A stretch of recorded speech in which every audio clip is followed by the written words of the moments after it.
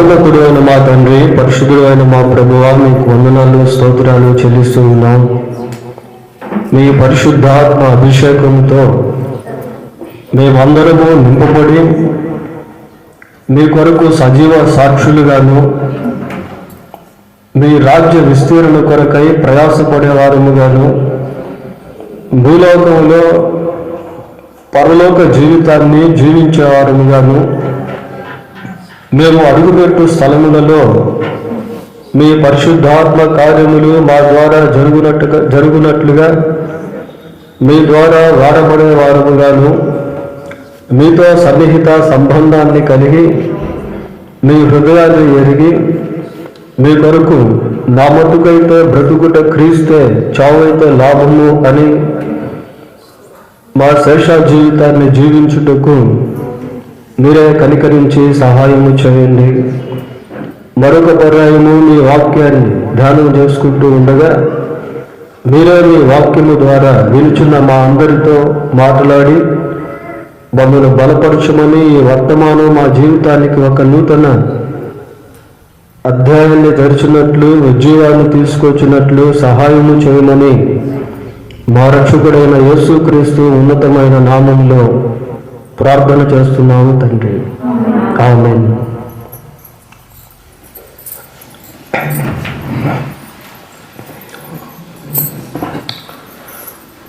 ప్రియుడా, బైబిల్ గ్రంథంలో నుండి ఆమోసు గ్రంథం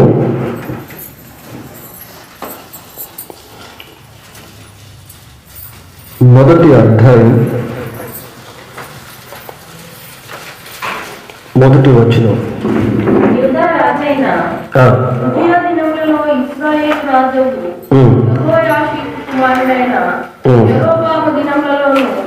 భూకంపం కలుగుటకు 2 సంవత్సరములు ముందు ఇశ్రాయేలుల గూర్చి ఇకబోలీలోని పశుల కాపర్లలో ఆమోసునకు కనబడిన దర్శన వివరము. చాలు. ఇక్కడ ఆమోసుల గురించి మనము చదువుకుంటూ ఉన్నాం. ఆమోసు అనే పేరుకి భారము భరించువాడు అని అర్థం. ఈ ఆమోసు తెకోవా అనే ప్రాంతానికి సంబంధించినటువంటి ఒక సాధారణమైన వ్యక్తి. ఈ ప్రాంతము ఒక మారుమూల గ్రామం, చిన్న గ్రామం. యెరూషలేమునకు దక్షిణ భాగమందు సుమారుగా 10 మైళ్ళ దూరంలో ఈ తెకోవా అనేటువంటి ప్రదేశము ఉంది. ఆమోసును గురించి, అతని కుటుంబం గురించి అంత ఎక్కువగా మనకు తెలియదు. ఆమోసు యొక్క తల్లి ఎవరో, ఆమోసుకు వివాహం అయిందో లేదో, ఆమోస్కి ఎంతమంది పిల్లలు ఉన్నారో, ఇలాంటి వివరాలు ఆమోసుని గురించి మనకు తెలియదు. పిల్లలు, ఆమోసు యొక్క ప్రొఫెషన్ ఏంటి అంటే పశువుల కాపరి అని మనం చదువుకున్న వాక్య భాగంలో కనబడుతూ ఉంది. షీప్ బ్రీడర్, పశువులను పెంచుకునేటువంటి వాడు. ఈ ఆమోసు నివసించినటువంటి కాలం ఎప్పుడు అని అంటే క్రీస్తుకు పూర్వం 790 నుండి 739 ఆ కాలంలో ఆమోసు జీవించాడు. ఆమోసు జీవిస్తున్నటువంటి కాలంలో ఇశ్రాయేలీయులకు జెరోబాము 2, రెండవ యెరోబాము రాజుగా ఉన్నాడు. యూదాకు ఉజ్జియా రాజుగా ఉన్నాడు. అది కూడా మొదటి వచనంలోనే మనము చూస్తాం. కాంటెంపరీ అంటే ఆమోసు జీవిస్తున్నటువంటి కాలంలో తనలాంటి కొద్దిమంది ప్రవక్తలు కూడా ఉన్నారు. ఎవరు వారు అంటే యోనా, హోషేయ, యెషయా. వీరు ప్రవక్తలుగా ఆమోస్ కాలంలో ఉన్నట్టు బైబిల్లో మనం గమనించవచ్చు. ఆమోసు చిన్న ప్రవక్తల్లో ఒక ప్రవక్తగా ఎంచబడ్డాడు. ప్రియులారా, ఈ పుస్తకాన్ని రాసినటువంటి వ్యక్తి ఆమోసే. ఈ పుస్తకంలో మొత్తం 9 అధ్యాయాలు పొందుపరచబడి ఉన్నాయి. ఈరోజు ఆమోసు యొక్క జీవితంలో నుండి కొన్ని శ్రేష్టమైనటువంటి ఆధ్యాత్మిక సత్యాలు మనం నేర్చుకోబోతూ ఉన్నాం. కనుక జాగ్రత్తగా ఈ సందేశాన్ని విందాం. ఆమోసు గ్రంథం 1వ అధ్యాయం 1వ వచనంలో, యూదా రాజైన ఉజ్జియా దినములలోను ఇశ్రాయేలు రాజగు యెహోయాషు కుమారుడైన యెరోబాము దినముల్లోను భూకంపము కలుగుటకు 2 సంవత్సరముల ముందు ఇశ్రాయేలీయులను గూర్చి తెకోవలోని పశుల కాపర్లలో ఆమోసునకు కనబడిన దర్శన వివరము. ఈ మొదటి వచనంలో తెకోవలోని పశుల కాపర్లలో ఆమోసునకు అనే మాట మనం చదువుతాము. అంటే తెకోవలో ఈ ఆమోస్ ఒక్కడే పశుల కాపరిగా ఉన్నాడా, లేక ఇంకా అక్కడ అనేక మంది పశుల కాపర్లు ఉన్నారా? అనేక మంది ఉన్నారు.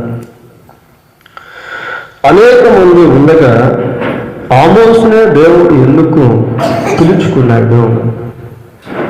ఆమోసునే ఎందుకు దేవుడు ప్రవక్తగా చేశాడు, ఏర్పాటు చేసుకున్నాడు అనేది ముఖ్య విషయము. పిల్లరా, ఎంతో మంది ఉన్నప్పటికీ ఆమోసును దేవుడు ఒక ప్రత్యేకమైనటువంటి విధానంలో జీవింపచేశాడు. దీంట్లో మనం నేర్చుకోవాల్సినటువంటి ఒక సత్యం ఏదనగా, ఈ భూలోకంలో కూడా కోటాను కోట్ల ప్రజలు ఉన్నప్పటికీ దేవుని మహాకృపను బట్టి అనేక మంది ఆయన చేత ఎన్నుకొనబడ్డారు, పిలువబడ్డారు. వారిలో మనం కూడా ఉన్నాం. బైబిల్ ఒక మాట, యెహోవా తమకు దేవుడుగా గల జనులు ధన్యులు. ఎవరైతే యేసుక్రీస్తును దేవుడిగా కలిగి ఉంటారో వారి జీవితంలో అన్ని ధన్యతలే ఉంటాయి. కనికరము గల వారు ధన్యులు, వారు కనికరము పొందుదురు. హృదయ శుద్ధి గల వారు ధన్యులు, వారు దేవుని చూచారు. నీతి కొరకు ఆకలి దప్పులు గలవారు ధన్యులు, వారు తృప్తిపరచబడుదురు. ఆత్మ విషయమై దీనులైన వారు ధన్యులు, పరలోక రాజ్యము వారు. ప్రభువునందు మృతునందు మృతులు ధన్యులు. మరణం కూడా ధన్యతే ప్రియుల.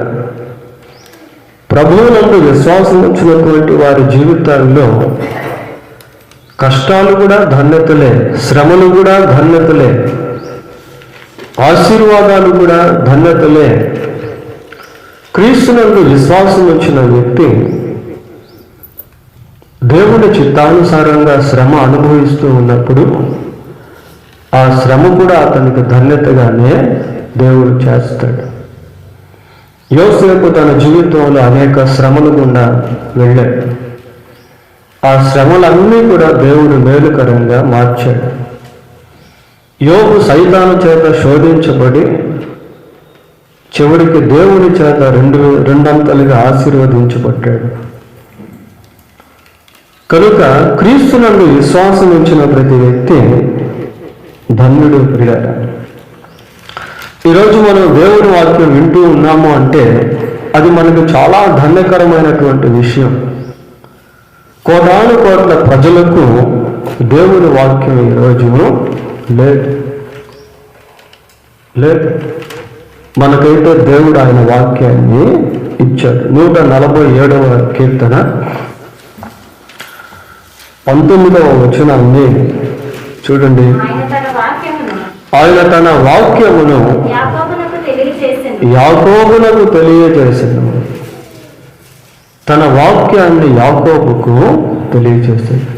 యాకోబు అంటే పాత నిబంధన గ్రంథంలో ఉన్న యాకోబు అని కాదు, దేవునికి సంబంధించిన జనాంగం అంతటికి కూడా దేవుడు తన వాక్యాన్ని ఇచ్చాడు.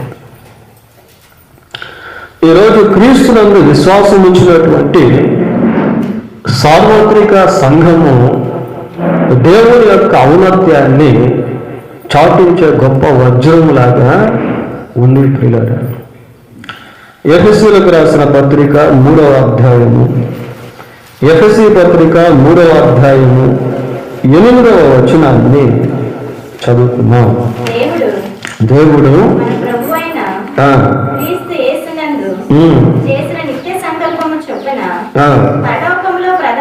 పరలోకములో ప్రధానులకును అధికారులకును సంఘము ద్వారా తన యొక్క చాలు ఇక్కడ ఆగుతాం. ప్రియుల, ఈ వచనాన్ని మనం బాగా పరిశీలించినప్పుడు పరలోకములో ప్రధానులకును అధికారులకును సంఘము ద్వారా తన యొక్క నానా విధమైన జ్ఞానము ఇప్పుడు తెలియబడవలనని ఉద్దేశించి. ఏంటి సంఘానికి అంత ప్రాధాన్యత? Why God has given such kind of priority to the church? సంఘానికి దేవుడు అంత ప్రాధాన్యత ఎందుకు ఇచ్చాడు? ప్రియులారా, ఒక రకంగా చెప్పాలి అంటే మనం దేవుని దృష్టిలో చాలా ప్రశస్తమైనటువంటి వాళ్ళం, చాలా శ్రేష్టమైనటువంటి వాళ్ళం. ఎందుకు అంటే ప్రభు అయిన యేసుక్రీస్తు అమూల్యమైనటువంటి రక్తము ద్వారా మనల్ని కొనుక్కున్నాడు. He has purchased us by his holy blood, precious blood. ప్రశస్తమైన తన రక్తము ద్వారా యేసుక్రీస్తు మనల్ని కొనుక్కున్నాడు కనుక మనం పరలోకములో ఉన్నవారి దృష్టిలో కూడా చాలా ప్రశస్తమైన వారం. ఎందుకు ఈ మాటలు మనం చెప్పుకుంటున్నాము అంటే మనం ఎంతో విలువైన వారం అయినప్పటికీ ఆ విలువ మనం ఎరగనటువంటి వారముగా జీవించుట శోచనీయం, బాధకరం, దుఃఖకరం. దేవుడిలో మనకున్నటువంటి విలువ మనకు అర్థం కానంత వరకు మన దృష్టిలో మన జీవితానికి విలువ అనేది ఉండదు. యేసు ప్రభు అన్నాడు, ఆకాశ పక్షులను చూడుడి, అవి విత్తము కోయవు, కొట్టలో కూర్చుకొనవు, అయినను నీ పరలోకపు తండ్రి వాటిని పోషించుచున్నాడు, మీరు వాటికంటే బహుశ్రేష్ఠులు కాదా అన్నాడు. కనుక ప్రియులైన యేసుక్రీస్తునందు మనం చాలా శ్రేష్టమైనటువంటి వారంగా ఉన్నాం.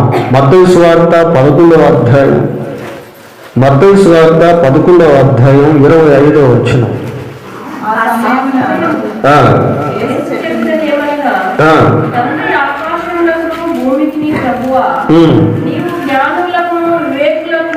జ్ఞానులకును వివేకులకును ఈ సంగతులను మరుగు చేసి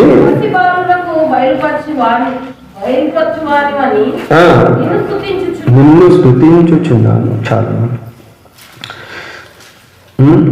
చూడండి, యేసుక్రీస్తు ప్రభు ఈ మాటలు మాట్లాడుతూ ఉన్నాడు. తండ్రి, ఆకాశములకును భూమికిని ప్రభువా, నీవు జ్ఞానులకును వివేకులకును ఈ సంగతులను మరుగు చేసి. ప్రియులారా, ఈరోజు సంఘానికి తెలిసినటువంటి సంగతులు లోకంలో జ్ఞానులుగా అధికారులుగా పిలువబడుతున్నటువంటి వారు అనేకులకు తెలియదు.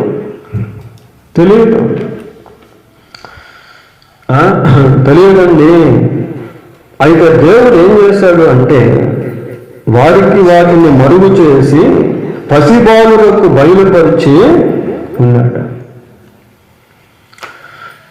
క్రీస్తును విశ్వసించేటువంటి వారికి యేసుక్రీస్తు ఈ సంగతులను బయలుపరిచాడు. ప్రియులారా, ప్రకటన గ్రంథం 1వ అధ్యాయం 1వ వచనం.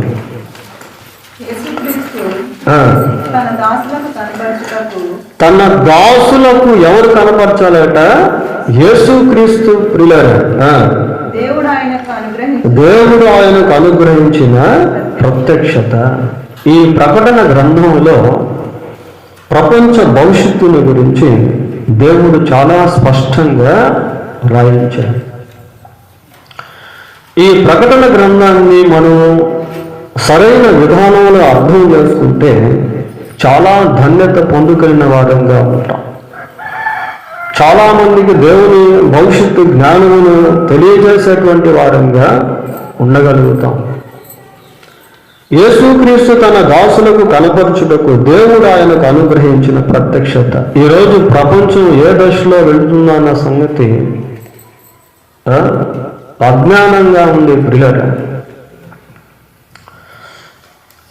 మనము సృష్టించుకున్న టెక్నాలజీ మనల్నే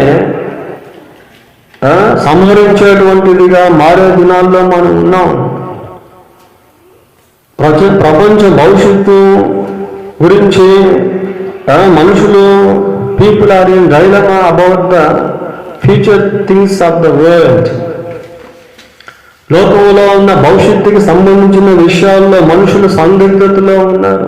but we know everything that God has revealed us from his word, what is going to do, what is going on, what God is going to do throughout the world in days to come. రాబో దినాల్లో దేవుడు ప్రపంచం అంతా కూడా ఏమి చేయబోతున్నాడో, ప్రస్తుతం ఏం జరుగుతుందో ఇవన్నీ దేవుని వాక్యం ద్వారా మనకు తెలియపరచబడి ఉన్నది.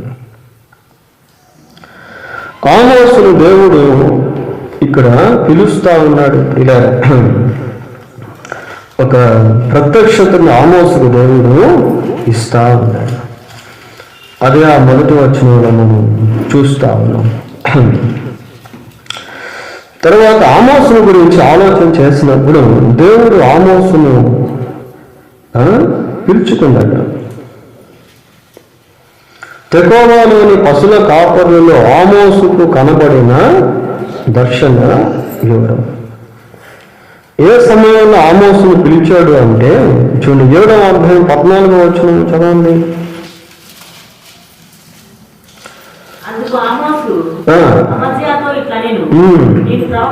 నేను ప్రవక్తనైనను కాను, ప్రవక్త యొక్క శిష్యుడినైనను కాను, కానీ పశుల కాపరినై మేడి పండ్లను ఏరుకొను వాడు. తన స్థితిగతులను గురించి ఆమోస్ చెప్తా ఉన్నాడు. Actually he was not a prophet. అతను ఒక ప్రవక్త కాదు. ప్రవక్తల శిష్యులలో కూడా ఒక శిష్యుడు కాను అంటున్నాడు.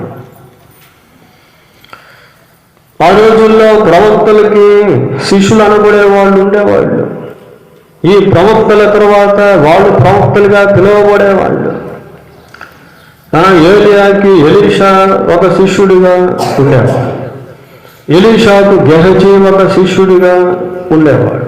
ఇలా ఆ రోజుల్లో ఎంతో మంది ప్రవక్తల యొక్క శిష్యులు ఉండేవాడు. కానీ ఈ ఆమోసు ప్రవక్త కూడా కాదు, ప్రవక్త యొక్క శిష్యుడు కూడా కాదు. అయినప్పటికీ he became a minor prophet. He was appointed by God as a prophet. అయినప్పటికీ దేవుడు ఈయనను ఒక ప్రవక్తగా నియమించాడు. అదే 15వ వచనంలో చూస్తాం. నా మందలను నేను కాచుకొనుచుండగా యెహోవా నన్ను పిలిచి, నీవు పోయి జనులకు ఇశ్రాయేలు వారికి ప్రవచనము చెప్పుమని నాతో. ప్రవక్తలు ప్రవచనాలు చెప్పేవారు. Even though he was not a prophet. ప్రియులారా, ఒక ప్రవక్త కాకపోయినప్పటికీ దేవుడు అతన్ని పిలిచి అతని నోట ప్రవచనాన్ని చెప్పిస్తా ఉన్నాడు. God use his mouth. దేవుడు ఆమోసు యొక్క నోటిని వాడుకుంటా ఉన్నాడు. ప్రియులారా, దేవుడు మన శరీరాన్ని, మన నోటిని ఆయన వాడుకోవాలి. మన నోటిని దేవుడు వాడుకోవాలి. మన నోట నుండి వచ్చేటువంటి మాటలను ప్రభువు వాడుకోవాలి. ఆమోసును దేవుడు ఎంతో గంభీరంగా వాడుకున్నాడు. చూడండి, ఆమోసు గ్రంథం 1వ అధ్యాయము 3వ వచనం. యెహోవా సెలవిచ్చున్నది ఏమనగా, 6వ వచనం. యెహోవా సెలవిచ్చున్నది ఏమనగా, దమస్కుల గురించి 3వ వచనంలో మాట్లాడాడు. గాజాను గురించి 6వ వచనంలో మాట్లాడాడు. 9వ వచనం చూడండి, యెహోవా సెలవిచ్చున్నదేమనగా, తూరుల గురించి అక్కడ దేవుడు మాట్లాడుతా ఉన్నాడు. ఈ మాటలన్నీ ఆమోసు యొక్క నోటిలో నుండి బయలు వెళ్తూ ఉన్నాయి. 11వ వచనం చూడండి, యెహోవా సెలవిచ్చినదేమనగా, ఏదోముల గురించి దేవుడు ఇక్కడ మాట్లాడుతా ఉన్నాడు. 13, యెహోవా సెలవిచ్చినదేమనగా, అమోనీయుల గురించి ప్రభువు మాట్లాడుతాడు. 2:1, యెహోవా సెలవిచ్చినదేమనగా, మోయాబుల గురించి ప్రభువు మాట్లాడుతా ఉన్నాడు. 4, యెహోవా సెలవిచ్చినదేమనగా, యూదాల గురించి ప్రభువు మాట్లాడుతున్నాడు. 6, యెహోవా సెలవిచ్చినదేమనగా, ఇశ్రాయేలు గురించి ప్రభువు మాట్లాడుతున్నాడు. చూడండి, ఆమోసు యొక్క నోట పలు ప్రాంతాలను గూర్చిన మాటలు దేవుడు మాట్లాడు. ఆమోసు నోట దేవుడు తన మాట ఉంచి ఆమోసును తన పరిచర్యలో దేవుడు వాడుకుంటా ఉన్నాడు. ఇది మనకెంతో ప్రోత్సాహాన్ని ఇచ్చేటువంటి విషయాలు. ప్రియులారా, మనం ఏదో దేవుడి వాక్యం చెప్పేదానికి బైబిల్ కాలేజెస్కి వెళ్ళాల్సిన కంపల్సరీ కాదు. దేవుని సన్నిధిలో నీవు దీనురాలుగా ఉంటే, నీ హృదయంలో దైవిక భయము భారము అనేది కలిగి ఉంటే దేవుడు నిన్ను కూడా వాడుకుంటాడు. దేవుడు నీ ద్వారా అనేక మందితో మాట్లాడుతాడు. మోషే కూడా ఒక గొర్రెల కాపరిగా ఉన్న సమయంలో దేవుడు మోషేను పిలిచాడు. పిలిచి మోషేతో అన్నాడు, నిర్గమాకాండం 4వ అధ్యాయం 12వ వచనం చూడండి. కాబట్టి వెళ్ళుము, నేను నీ నోటికి తోడై ఉంటాను. నీ నోటికి తోడై ఉంటాను. నీ ఫరోతో ఏం మాట్లాడాలో, ఫరో సేవకులతో ఏం మాట్లాడాలో, అక్కడ బందీగా ఉన్నటువంటి ఇశ్రాయేలులతో ఏం మాట్లాడాలో, వాళ్ళందరితో నీవు ఏం మాట్లాడాలో ఆ మాటలు నేను నీ నోట పెడతాను. నేను నీ నోటికి తోడై ఉండి నువ్వు ఏం పలకాలో నీకు బోధిస్తాను. I will teach you what you should teach, what you speak. నీవు ఏం చెప్పాలో, నువ్వు ఏం బోధించాలో అది నేను నీకు తెలియజేస్తాను. నీ నోటికి నేను తోడై ఉంటాను. God should use us in His mighty ministry. దేవుడు తన శక్తి గల పరిచర్యలో మనల్ని వాడుకోవాలి. ప్రియులారా, నీవు నివసిస్తున్నటువంటి పరిసర ప్రాంతంలో నీవు ఇతరులకు ఆశీర్వాదకరంగా ఉండున్నట్లు దేవుడు నిన్ను వాడుకోవాలి. దేవుడు వాడుకోవాలి. 81వ కీర్తన 10వ వచనం చదవండి. 81వ కీర్తన 10వ వచనం. ఐగుప్తీయుల దేశంలో నుండి నిన్ను రప్పించిన దేవుడు నాకు యెహోవా అని. అమ్మా, 81వ కీర్తన 10వ వచనం. అదే నేనే నీ నోరు బాగుగా తెరువుము, నేను దాన్ని నింపాను. నీ నోరు బాగుగా తెరువుము, నేను దాన్ని నింపెదను. ఇక్కడ దేవుని వాగ్దానం గురించి మనం చూస్తా ఉన్నాము ప్రియులారా. నీ నోరు బాగుగా తెరువుము, నేను దాన్ని నింపెదను. నేను మారుమనసు పొందిన కొత్తల్లో నెల్లూరులో పాస్టర్ గారు నన్ను ఒక ప్రాంతానికి వాక్యం చెప్పేదానికి వెళ్ళమన్నాడు. అప్పుడు నేను చాలా చిన్న వయసు. I know nothing how to deliver God's word during those days. ఆ దినాల్లో దేవుని వాక్యం ఎలా చెప్పాలో నాకు తెలియదు. ఇక సేవకులు వెళ్ళమంటే వెళ్ళాలి అనుకుంటా ఉన్న సమయంలో దేవుడు నాకు ఇది వాగ్దానం ఇచ్చాడు. నీ నోరు బాగుగా తెరువుము, నేను దాన్ని నింపెదను అని దేవుడు నాకు ఈ వాక్యాన్ని ఇచ్చాడు. ఈ వాక్యం ఆ రోజుల్లో ఈ రోజుల్లో కూడా నన్నెంతో బలపరుస్తాను. కొన్ని వందల ప్రసంగాలు దేవుడి మహాకృపను బట్టి ఈ నోటి నుండి దేవుడు విడుదల చేశాడు ప్రియులారా. దేవుని వాక్యం మన నోటి నుండి బయలు వెళ్ళాలి.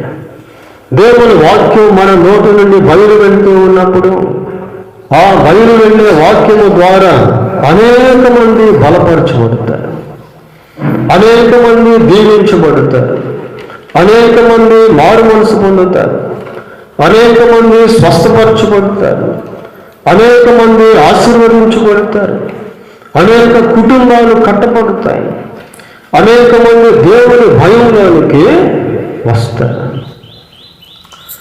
మనం ఆ రీతిగా ప్రార్థన చేయాలి. ప్రభువా, use my organs of my body, నా శరీర అవయవాలను మీరు వాడుకోనండి.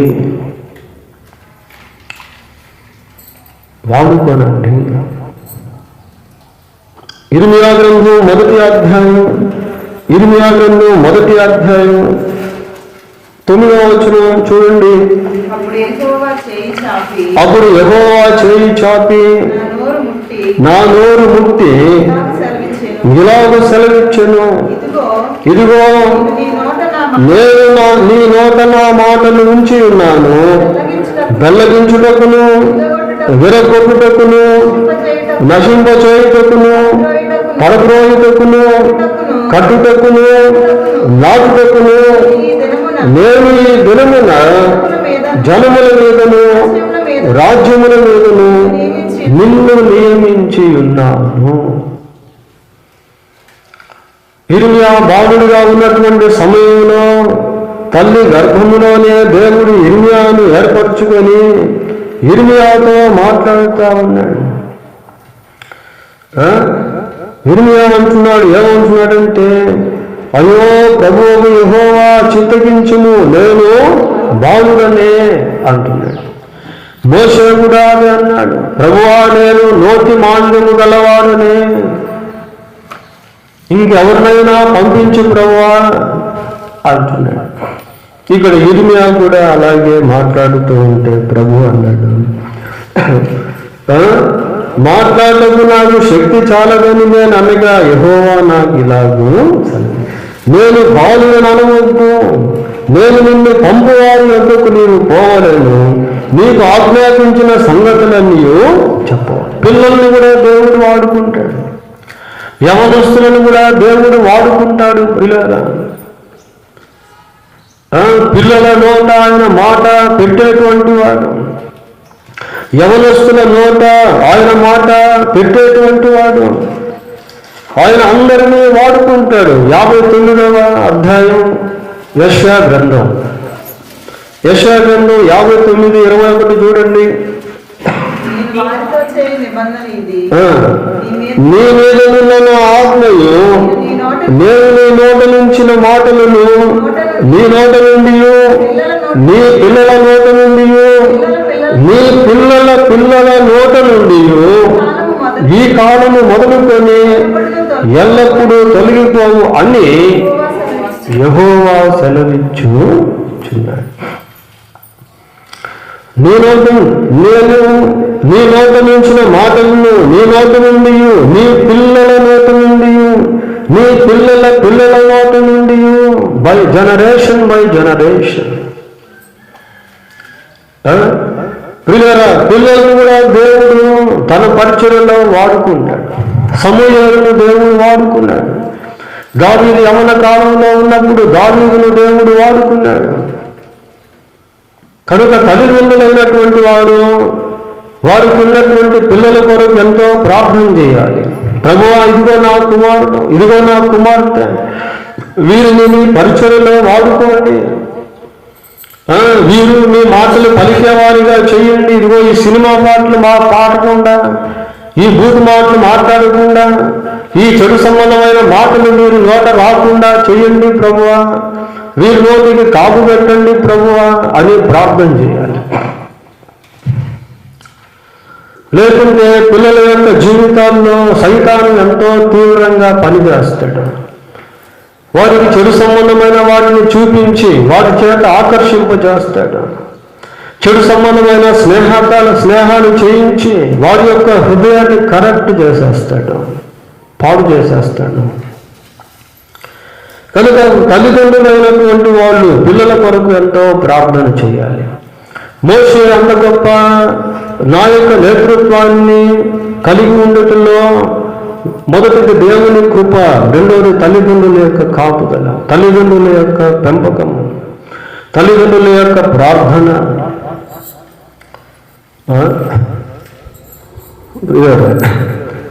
ఇక్కడ ఆమోసుల గురించి మనం ఆలోచన చేసినప్పుడు దేవుడు ఆమోసును పిలిచి ఆమోసు నోట ఆయన మాటలు ఉంచి, ప్రవచనాన్ని ఉంచి అనేక ప్రదేశాలను గురించి ప్రవచింప చేశాడు. ఇంకా ఆమోసుల గురించి మనం ఆలోచిస్తే ఆమోసు గ్రంథం 7వ అధ్యాయము 7వ వచనం చూడండి.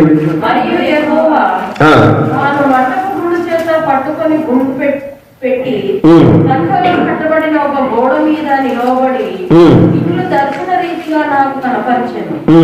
యెహోవా, ఆమోసు, నీకు కనబడుచున్నది ఏమని నన్ను అడగగా. చాలు ఇక్కడ చూడండి, 8వ వచనం చూస్తే యెహోవా, ఆమోసు, నీకు కనబడుచున్నది ఏమిటి అని అడుగుతున్నాడు.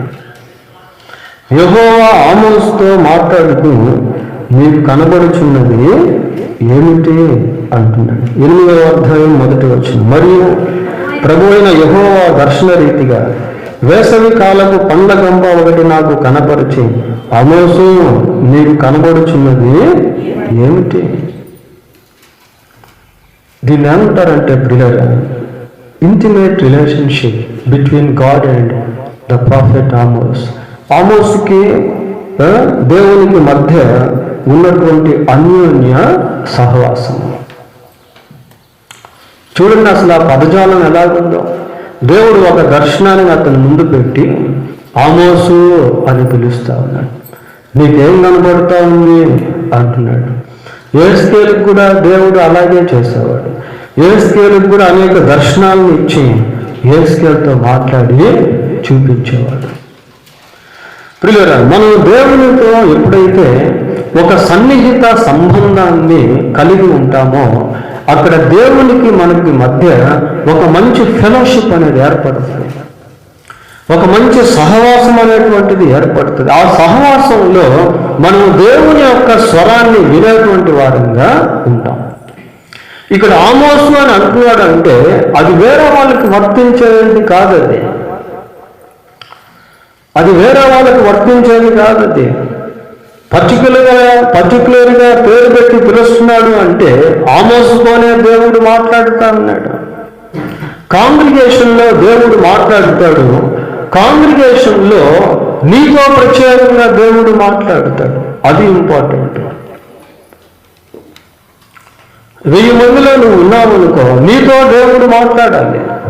జనమందరితో కూడా మాట్లాడేది ఒక వంతు అయితే నీతో ప్రత్యేకంగా మాట్లాడడం అనేది ఇంకొకటి. పిల్లాడు, ఆ అనుభవం మనకు రావాలి. దేవుడు నీతో మాట్లాడాలి. ఇక్కడ దేవుడు ఆమోసుతో అది పనిగా పేరు పెట్టి ఆమోసుతో మాట్లాడుతూ ఉన్నాడు. ఆదికాండం 46వ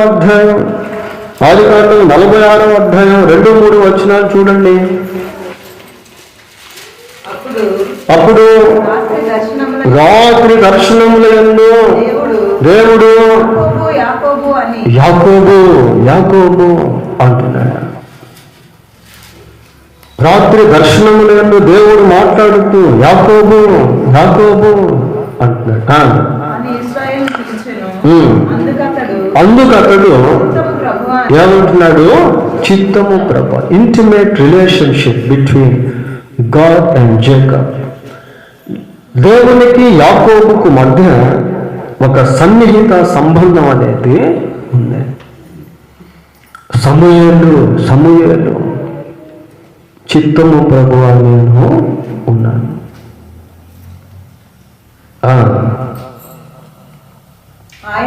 ఆయన నేనే దేవుడను, నీ తండ్రి దేవుడను, భయపడకుము, అక్కడ నిన్ను గొప్ప జనముగా చేసి. నేనే దేవుడిని అంటున్నాడా? ఇంకేమన్నా అంటున్నాడు అక్కడ? నీ తండ్రి దేవుడు. చూడండి ఆ ఫెలోషిప్ అనేది ఎలాగుందా. యాకోబుతో దేవుడు ఎంత సన్నిహితంగా మాట్లాడుతున్నాడు అనేది అక్కడ మనము చూస్తాము. ఆ ఇంటిమేట్ రిలేషన్షిప్ అనేది చాలా ప్రాముఖ్యమైనది పిల్లలు. ఆ ఇంటిమేట్ రిలేషన్షిప్ అనేది చాలా ప్రాముఖ్యమైనది. దానియేలు గ్రంథం 9వ అధ్యాయం, దానియేలు గ్రంథం 9వ అధ్యాయము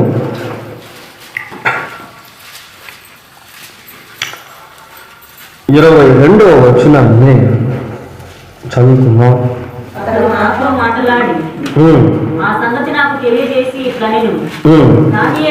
దానియేలు నేను వచ్చి తిని నీవు బహు ప్రియుడవు అంటున్నాడు. దానియేలు జీవితం దేవునికి చాలా ప్రియమైనదిగా ఉంది. ఎందుకు దానియేలు యొక్క జీవితం దేవునికి అంత ప్రియమైనది అంటే, దానియేలు దేవునితో అటువంటి సహవాసాన్ని కలిగి ఉన్నాడు. దినములకు ఎన్నిసార్లు ప్రార్థన చేసేవాడు దానియేలు? 3 సార్లు ప్రార్థన చేసేవాడు. ముమ్మారు మోకరించి దేవుని సన్నిధిలో దానియేలు ప్రార్థించేవాడు, దేవుణ్ణి స్తుతించేవాడు, దేవుణ్ణి బతిమాలుకుంటూ ఉండేవాడు. ఏమండి, దేవునితో నీకున్నటువంటి సంబంధం, సహవాసం అలా ఉన్నట్లయితే ఆ సంతోషాన్ని నీవు అనుభవించే వ్యక్తిగా ఉంటావు. You can indulge the divine presence when you have an intimate relationship with God. దేవునితో నీవు సన్నిహిత సంబంధాన్ని కలిగి ఉన్నప్పుడు పరలోక సంబంధమైనటువంటి వాటిని అనుభవించే వ్యక్తిగా ఉంటావు. యోహాను సువార్త 13వ అధ్యాయం, యోహాను సువార్త 13వ అధ్యాయం 23వ వచనం. ఆయన శిష్యులలో యేసు ప్రేమించిన ఒకడు యేసు రొమ్మున ఆనుకొనుచు ఉంటాడు. ఎవరు వ్యక్తి? యోహాను. ప్రియులారా, యోహాను యేసుక్రీస్తు ప్రభువుకి అంత సమీపంగా ఉన్నాడు. మిగతా వాళ్ళు కూడా ఉన్నారు, లేరని కాదు. యూదా సమీపంగా ఉన్నట్టుగానే ఉండేవాడు, కానీ యూదా యొక్క హృదయం దేవునికి చాలా దూరంగా ఉండేది. యూదా దేవునితో కూడా ఉన్నప్పటికీ యూదా హృదయంలో సైతానుడు ఉండేవాడు. చూసారా అసలు ఇది ఎలా ఉంది? యూదా దేవునితోనే ఉన్నాడు, కానీ యూదా హృదయం మాత్రం సైతాన్తో ఉంది. ఎంత ఘోరం చూడండి. కొంతమంది దేవుని మందిరానికి వస్తూ ఉన్నప్పటికీ సైతాను సంబంధంగా జీవిస్తూ ఉంటారు. వారి హృదయాలు అపవాదికి నిలయాలుగా ఉంటాయి. దేవుడు హృదయాన్ని కోరుకుంటాడు. ప్రియులారా, దేవుడు మన హృదయాన్ని చూస్తాడు. ఈ అన్యోన్య సహవాసం అనేది ఎలా ఏర్పడుతుంది అంటే, మనం దేవుని గురించి ఎక్కువగా ఆలోచిస్తూ ఉన్నప్పుడు, దేవుడు మనకి క్రమక్రమేణా అర్థమవుతూ ఉన్నప్పుడు, దేవుని సన్నిధిలో ఎక్కువగా ప్రార్థన చేస్తూ ఉన్నప్పుడు, దేవునితో మనం ఎక్కువగా మాట్లాడుతూ ఉన్నప్పుడు, దేవుని మాటకు విధేయత చూపిస్తూ ఉన్నప్పుడు ఈ సన్నిహిత సంబంధం అనేది మనకు ఏర్పడుతుంది. వీళ్ళంతా దేవుని సన్నిధిలో అలాగా గడిపినటువంటి వాళ్ళే. సమూయేలు యెహోవా మందిరములో పరిచర్య చేయొచ్చు, తన తల్లి సమూయేలు సమర్పించింది అనేది కాదు, తాను కూడా సమర్పించుకున్నాడు దేవునికి. హన్న అక్కడ కుమారుడిని వదిలి వెళ్తే కుమారుడు అక్కడి నుంచి పారిపోలేదు, అక్కడే స్టాండ్ బై అయ్యాడు, నిలబడ్డాడు. అక్కడే ఎదగడం నేర్చుకున్నాడు, పరిచర్య చేయడం నేర్చుకున్నాడు. మందసం ఉన్న స్థలంలో సమూయేలు, బాలుడైన సమూయేలు ఒంటరిగా ఉండేవాడు. యెహోవాకు పరిచర్య చేయడంలో సమూయేలు ఎదిగాడు. మోషే కూడా అంతే. మోషే ఐగుప్తు దేశంలో పెంచబడుతూ ఉన్నప్పటికీ మోషే హృదయం ఎలా ఉంది అంటే ఐగుప్తు యొక్క అల్పకాల భోగములను అనుభవించేదానికి ఇష్టపడటం లేదు. హృదయంలో ఏమనుంది? దేవుని ప్రజలతో శ్రమ అనుభవించాలి. అదృశ్యుడైన వారిని చూస్తున్నట్టుగా మోషే ఉండేవాడు. నువ్వు ఏ స్థలంలో పనిచేస్తున్నప్పటికీ, ఏ అన్ని జనాల మధ్య పనిచేస్తూ ఉన్నప్పటికీ, ఏ విగ్రహారాధికుల మధ్య జీవిస్తూ ఉన్నప్పటికీ నీ హృదయం మాత్రం దేవునికి సన్నిహితంగా ఉండాలి. నీ హృదయంలో దైవిక సంబంధమైనటువంటి ఆలోచనలు మెదులుతూ ఉండాలి. ఆ సినిమా యాక్టర్ లాగినా, ఈ స్పోర్ట్స్ స్టార్ లాగినా ఉండాలని కాదు. You must be a child of God.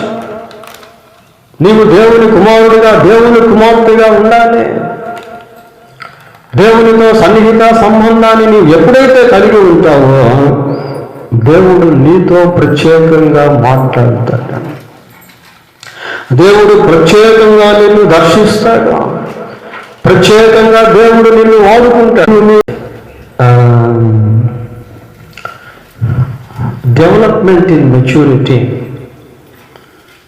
వయస్సులో ఎదుగుతా అంటారు ప్రియుల.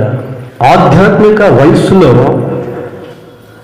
ఎదుగుటలో ఒక భాగం ఏంటి అంటే దేవుని బాధను పంచుకోవడం, దేవుని దుఃఖాన్ని పంచుకోవడం. ఏంటి, దేవుడు కూడా దుఃఖపడతాడా? దేవుడు కూడా బాధపడతాడా? దేవుడు కూడా కన్నీరు కారుస్తాడా? కారుస్తాడు ప్రియులారా. దేవుని ప్రజలు దేవునికి విరోధంగా జీవిస్తూ ఉన్నప్పుడు దేవుడు చాలా దుఃఖపడతాడు. నశించిపోతున్న ఆత్మల విషయమై దేవుడు చాలా దుఃఖపడతాడు. యూదులు యేసుక్రీస్తును నమ్మక జీవిస్తూ ఉన్నటువంటి సమయంలో యెరూషలేము మీదకు రాబోతున్నటువంటి విపత్తును యేసుక్రీస్తు ప్రభువు ముందుగా చూసి అక్కడ ఒక మాట ఉంటుంది. ఆయన ఆ పట్టణమును సమీపించి దాని విషయమై ఏడ్చి, దాని విషయమై ఏడుస్తా ఉన్నాడు.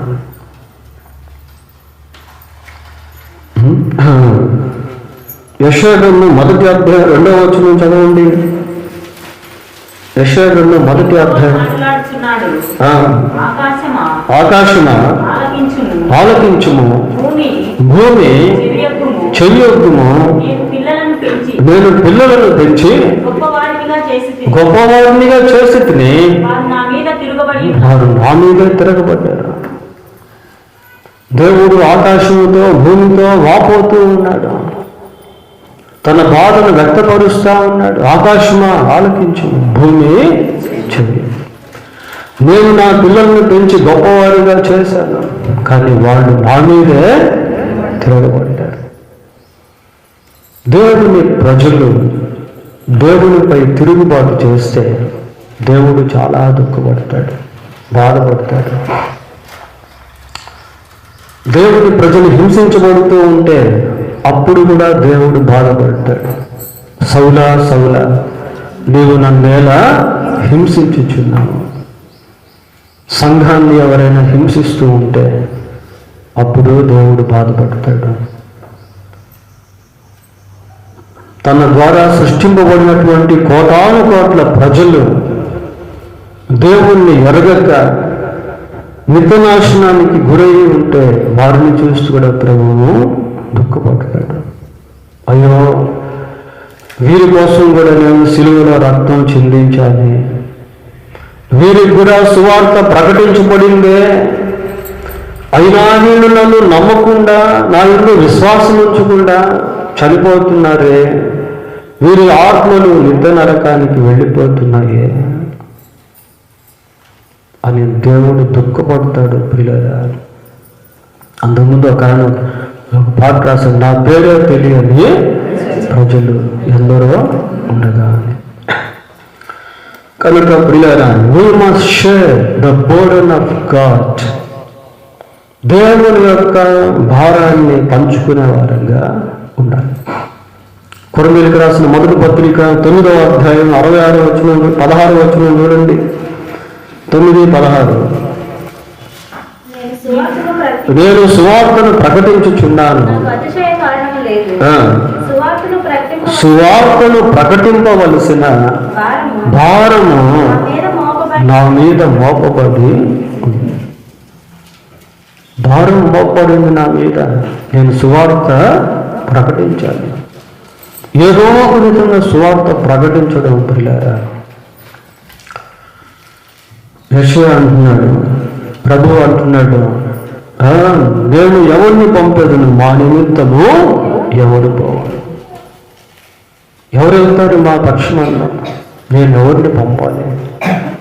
యెషయా అంటున్నాడు, నేనున్నాను, నన్ను పంపాలి. ప్రియులారా, we must be the people who share the burden of God. దేవుని భారమును పంచుకునే ప్రజలుగా మనము ఉండాలి. ఇంకా ఆమోసును గురించి ఆలోచిస్తే 7వ అధ్యాయం 1వ వచనం చదువుదాం. ప్రియులారా, పుట్టించి దర్శన రీతిగా దానిని నాకు కనపరిచెను. ఆ గడ్డి రాజులకు రావాల్సిన కోత అయిన తరువాత మొలిచినది.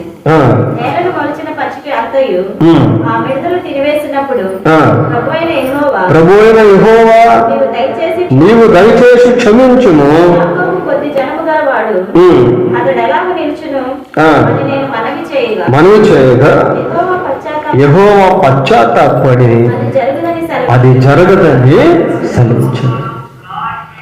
ప్రియులారా, దేవుడు ఒక కార్యం చేయబోతూ ఉంటే ఆ కార్యం యొక్క ప్రతిఫలాన్ని ఆమోసు గుర్తించి వేడుకుంటా ఉన్నాడు దేవుణ్ణి. నీవు దయచేసి క్షమించు, ప్రభువైన యెహోవా నీవు దయచేసి క్షమించుము, యాకోబు కొద్ది జనములు గలవాడు అతడు ఎలాగో నిలుచును అని నేను మనవి చేయగా యెహోవా పశ్చాత్తాపడి ఇది జరగదని సెలవిచ్చాను. జరగదని సెలవిచ్చాను. 6వ వచనంలో 5వ వచనంలో కూడా చూస్తాం. ప్రియులారా, మీరు తర్వాత చదువుకున్న 3వ వచనం నుంచి 4వ వచనం చదివితే, అగ్ని చేత దండింపవలని అగ్ని రప్పించి ప్రభు అయిన యెహోవా వారిని దర్శన రీతిగా నాకు కనపరచను. అది వచ్చి అగాధమైన మహాజలమును మృంగివేసి స్వాస్థ్యమును మృంగ మొదలుపెట్టినప్పుడు 5వ వచనం, ప్రభు అయిన యెహోవా యాకోబు కొద్ది జనములు గలవాడు అతడు ఎలాగో వెలుచును అని మానివేయమని నేను మనవి చేయగా ప్రభు అయిన యెహోవా పశ్చాత్తాపడి అది జరగదని సెలవిచ్చు.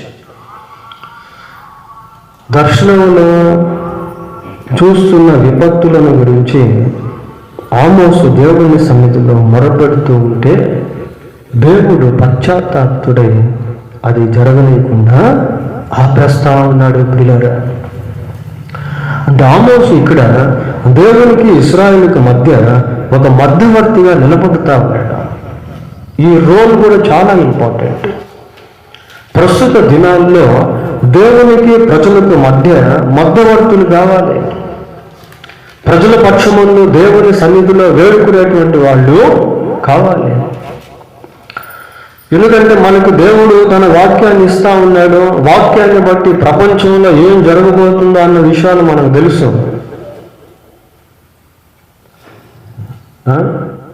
కనుక దేవునికి మనుషులకు మధ్య మన మధ్యవర్తులుగా నిలబడి ఆదికాండం 18:27 చదవండి. 18:27. అందుకు అబ్రహాము, ఇదిగో ధూళియు బూడిదయునైనా నేను ప్రభువుతో మాట్లాడ తెగించుచున్నాను.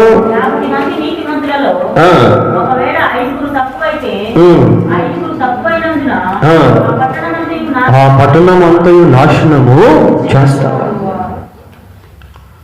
సొదొమ గొమొర్రాల గురించి అబ్రహాము దేవుని సన్నిధిలో తను తాను తగ్గించుకుంటూ విజ్ఞాపన చేస్తా ఉన్నాడు, మొరపెడతా ఉన్నాడు. ప్రియులారా, ఇది ఈ రోజుల్లో చాలా అవసరం అండి. 106వ కీర్తన 23వ వచనం.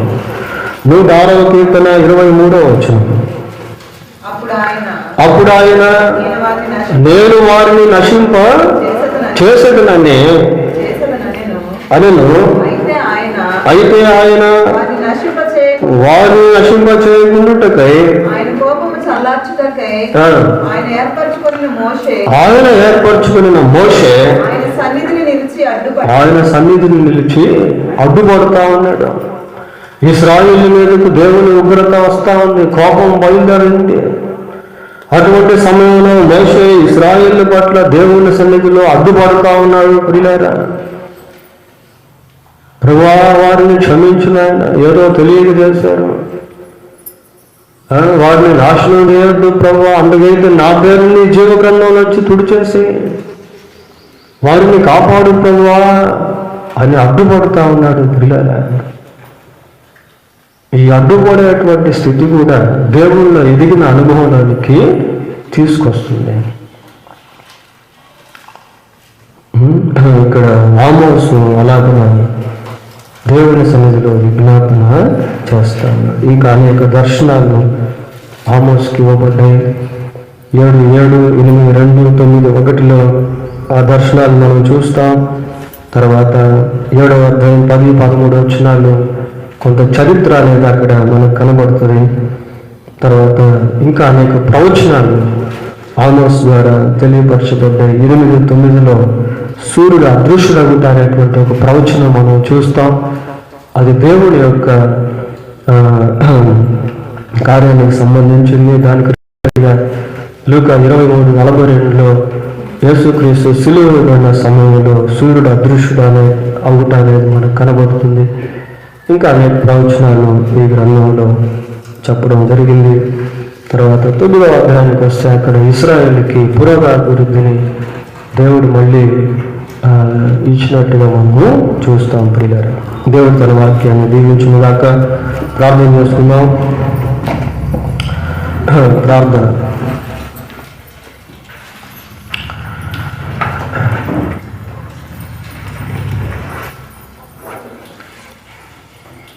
ప్రేమ కలిగిన మా తండ్రి, పరిశుద్ధుడైన దేవా, మీకు వందనాలు, స్తోత్రాలు.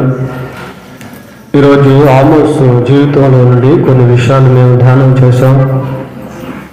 మా జీవితానికి మీరు అనుగ్రహించినటువంటి మీ అంగలి విశ్వాసము ద్వారా మీరు అనుగ్రహించిన ధన్యతను, ఆ ధన్యత యొక్క విలువను మేము ఎరిగిన వారముగా ఉండటం కృప దయచేయండి.